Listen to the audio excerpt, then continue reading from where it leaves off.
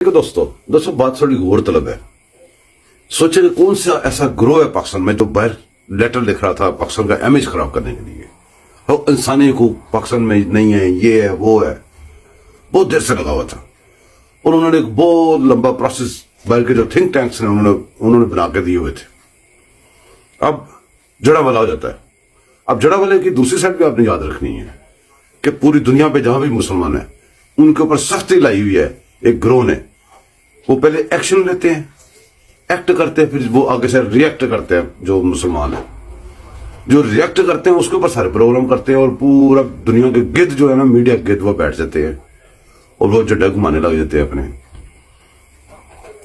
Action के बाद reaction आता है, एक्शन की बात नहीं होती है, एक्शन की बात दबा दी जाती है रिएक्शन में।